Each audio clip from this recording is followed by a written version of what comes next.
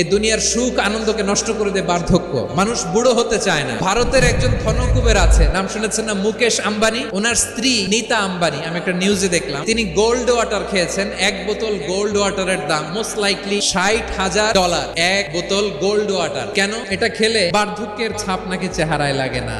কিন্তু মানুষ যতই বয়স ধরে রাখতে চাক, এই দুনিয়ার জীবনে বয়সকে ধরে রাখা যাবে।